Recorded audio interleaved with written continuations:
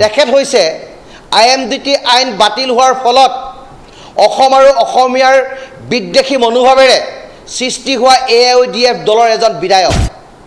তেওঁ সেইটো দলৰ বিধায়ক যিটো দলৰ নেতাই মাদানিক অসমত ৰঙাদলিচা পাৰি দি অসমৰ সাম্প্ৰতিক আৰু সামগ্ৰিক পৰিৱেশটো এটা সাম্প্ৰদায়িক সংঘৰ্ষলৈ নিব বিচাৰে। সেই মাদানিক আশ্ৰয়স্থল দিয়া সেই দলটোৰ নেতাজনৰ এইটো ভাষ্য।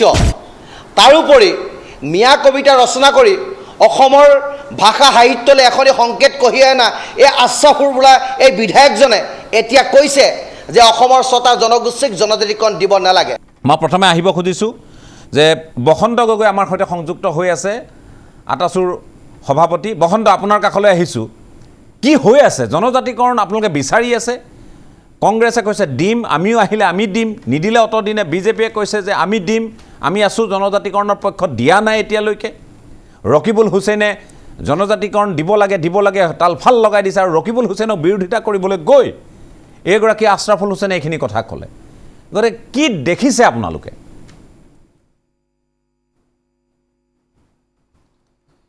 ছবিখন অত্যন্ত ভয়ানক আৰু অসমৰ খিলঞ্জীয়া থলগিৰি ৰাজ্যৰ কাৰণে এখন দুৰ্ভাগ্যজনক ছবি।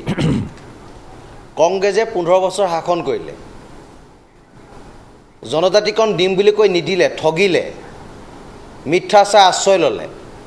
আৰু যেতিয়া কংগ্ৰেছ চৰকাৰখন বিদায় মাগিবৰ বেলাত হ'ল, তেতিয়া তৰুণ গগৈ ডাঙৰীয়াৰ নেতৃত্বত বিধানসভাত এটা প্ৰস্তাৱ ল'লে যে এক্সিষ্টিং ট্ৰাইবেলবিলাকৰ কোনো হানি বিঘিনি নোহোৱাকৈ অসমৰ 6টা জনগোষ্ঠীক জনজাতিকৰণৰ মৰ্যাদা দিব পৰা যায়।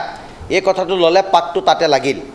তাৰপৰা বিজেপি চৰকাৰ আহিলে, আমাক প্ৰতিশ্ৰুতি দিলে, ক'লে যে আমি যদি শাসনত আহোঁ অসমৰ 6টা জনগোষ্ঠীক জনজাতিকৰণৰ মৰ্যাদা দি অসম আৰু অসমীয়াক অনাদি অনন্তকালৰ কাৰণে অসমত সুৰক্ষিত ভৱিষ্যতৰ সুনিশ্চিত কৰিম।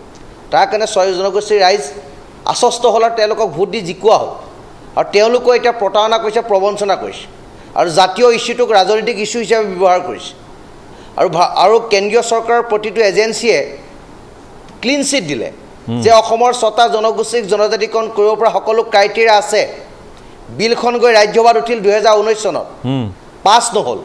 কিয় নহ'ল সেই কথাটো চৰকাৰ বা ৰজাঘৰীয়া মানুহক সুধিলে কথাটো বেলেগ এফালে কথা কয়। কিন্তু অতি শেহতীয়াকৈ অসমৰ সামগ্ৰিক পৰিৱেশটো সম্পূৰ্ণৰূপে এটা বেলেগ এটা দিশলৈ গতি কৰিছে। আৰু সমগ্ৰ অসমৰ ৰাইজ ৰাজপথলৈ ওলাই আহিছে যে খিলঞ্জীয়া ৰাইজক অসমত সুৰক্ষিত ভৱিষ্যতটো প্ৰদান কৰিব লাগে। আজি টাই আহোম জনগোষ্ঠীয়ে আন্দোলন কৰিছে, আজি মৰাণে কৰিছে, মটকে কৰিছে, চুতীয়াই কৰিছে, কোচ ৰাজবংশীয়ে কৰিছে, চাহ জনগোষ্ঠীয়ে কৰিছে, সকলোৱে আন্দোলন কৰিছে। উদ্দেশ্য কি? যে অসমখন সুৰক্ষিত হ'ব লাগে, উঠি অহা নৱপ্ৰজন্মৰ ভৱিষ্যতটো সুৰক্ষিত হৈ থাকিব লাগে। আমি 6 জনগোষ্ঠীৰ জনজাতিকৰণ আমি কিয় বিচাৰিছোঁ? সামগ্ৰিকভাৱে অসমৰ পৰিৱেশটো সুৰক্ষিত হোৱাৰ স্বাৰ্থত, অসমৰ ভূমি খিলঞ্জীয়া ৰাইজে ভোগ কৰাৰ স্বাৰ্থত, ৰাজনৈতিক অধিকাৰ থলগিৰি খিলঞ্জীয়া ৰাইজে ভোগ কৰাৰ স্বাৰ্থত, আৰু প্ৰতিটো সম্পদৰ ওপৰত থলগিৰি খিলঞ্জীয়া ৰাইজৰ অধিকাৰ থকাৰ স্বাৰ্থত, আৰু বিদেশীৰ সমস্যাটো সম্পূৰ্ণৰূপে নিৰাময় হোৱাৰ স্বাৰ্থত, আৰু আইনখনৰ আওতাৰ পৰা অসমখনক যাতে বচাব পাৰি তাৰ কাৰণে 6 জনগোষ্ঠীৰ জনজাতিকৰণৰ মৰ্যাদা বিচাৰিছোঁ। কিন্তু এজন বিধায়ক, যিজন বিধায়কৰ নাম আশ্ৰাফুৰ ৰহমান, আশ্ৰাফুল হুছেইন, তেখেত কোন হয়? আশ্ৰাফুল হুছেইন। তেখেত হৈছে IMDT আইন বাতিল হোৱাৰ ফলত অসম আৰু অসমীয়াৰ বিদ্বেষী মনোভাৱেৰে সৃষ্টি হোৱা AIODF দলৰ এজন বিধায়ক। তেওঁ সেইটো দলৰ বিধায়ক যিটো দলৰ নেতাই মাদানিক অসমত ৰঙাদলিচা পাৰি দি অসমৰ সাম্প্ৰতিক আৰু সামগ্ৰিক পৰিৱেশটো এটা সাম্প্ৰদায়িক সংঘৰ্ষলৈ নিব বিচাৰে। সেই মাদানিক আশ্ৰয়স্থল দিয়া সেই দলটোৰ নেতাজনৰ এইটো ভাষ্য। তাৰোপৰি মিয়া কবিতা ৰচনা কৰি অসমৰ ভাষা সাহিত্যলৈ এখনি সংকেত কঢ়িয়াই অনা এই আশ্ৰাফুৰ বোলা এই বিধায়কজনে এতিয়া কৈছে যে অসমৰ 6টা জনগোষ্ঠীক জনজাতিকৰণ দিব নালাগে। অৰ্থাৎ আমি যে আগৰ পৰা কৈ আছিলোঁ যে AIODF দলটো হৈছে বাংলাদেশী ৰক্ষক, আৰু তেখেতলোকে অসমখন বাংলাদেশীৰ চৰণীয়া পথাৰ হোৱাটো বিচাৰে। আৰু আজি আশ্ৰাফুৰ ডাঙৰীয়াই যিটো বক্তব্য ৰাখিলে যে 6 জনগোষ্ঠীৰ জনজাতিকৰণ দিব নালাগে, অন্তৰালত সেইটো কথাই আছে। মুছলমানৰ কথা কৈছে বেলেগ কথা, তেওঁ কিন্তু নিব নালাগে বুলিয়েই মনে মনে সেই কথাটো ভাবিছে। অৰ্থাৎ অসমখন বিদেশীৰ চৰণীয়া পথাৰ হ'বলৈ এৰি দিব লাগে। তেওঁলোকৰ মতে অসমৰ খিলঞ্জীয়া থলগিৰি ৰাইজ সুৰক্ষিত হ'ব নালাগে। তেওঁৰ মতে অসমত NRC প্ৰৱৰ্তন হ'ব নালাগে, তেওঁৰ মতে থলগিৰি খিলঞ্জীয়া ৰাইজৰ ওচৰত অধিকাৰ থাকিব নালাগে, অৰ্থাৎ বিনা দ্বিধাই কাটাতাৰ পাৰ হৈ আহি বহিৰাগত বাংলাদেশীয়ে ইয়াত শাসন কৰিব ব্যৱস্থা তেওঁলোকে কৰিব বিচাৰে যে অসম বিধানসভাৰ মুখ্যমন্ত্ৰীজনো সেই AIUDFৰ দলৰে বাংলাদেশী মূলৰ এজন হোৱাটো বিচাৰে।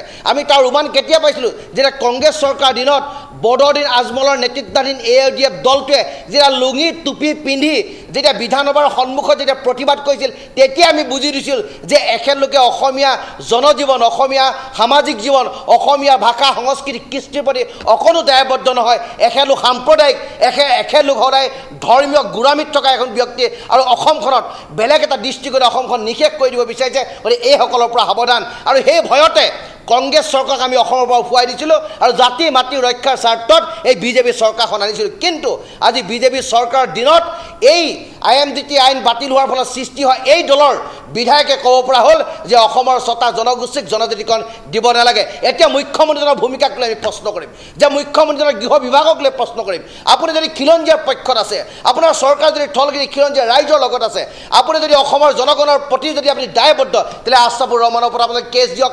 কিয় চৰকাৰৰ এটা বিষয়ত তেখেতে হস্তক্ষেপ, তেওঁ কোন হয়? তেখেতৰ নিজৰ লিগেচি চালেও চাগে বাংলাদেশী মূলেই ওলাব। এই কথা বতৰা বিতৰ্কৰ আঁতলে তেখেতে আনিব নালাগে। গতিকে আমি খুবেই কৈছোঁ, যদি এই ধৰণৰ কথা বতৰা অসমত চলি থাকে, আজি মৰাণে যিধৰণে উজনি উত্তাল কৰি তুলিছে আমিও উত্তাল কৰিম। আজি মটকে উত্তাল কৰিছে, আজি চুতীয়াই উত্তাল কৰিছে, আমি সকলো লগে উজনিখন স্তব্ধ কৰি দিম। তেতিয়া চৰকাৰে গম পাব যে এটা জাতীয় ইছ্যুৰ প্ৰতি পিঠি দিয়াৰ ইয়াৰ পুতকটো কেনেকুৱা হ'ব। তেতিয়া চৰকাৰৰ দলে বুজি পাব যে খিলঞ্জীয়া থলগিৰি ৰাইজক যিটো ভাবুকি স্বৰূপ কৰিছে, সেই ভাবুকিৰ পৰা উদ্ধাৰ হোৱাৰ কাৰণে থলগিৰি খিলঞ্জীয়া ৰাইজে কেনেদৰে আন্দোলন কৰিব।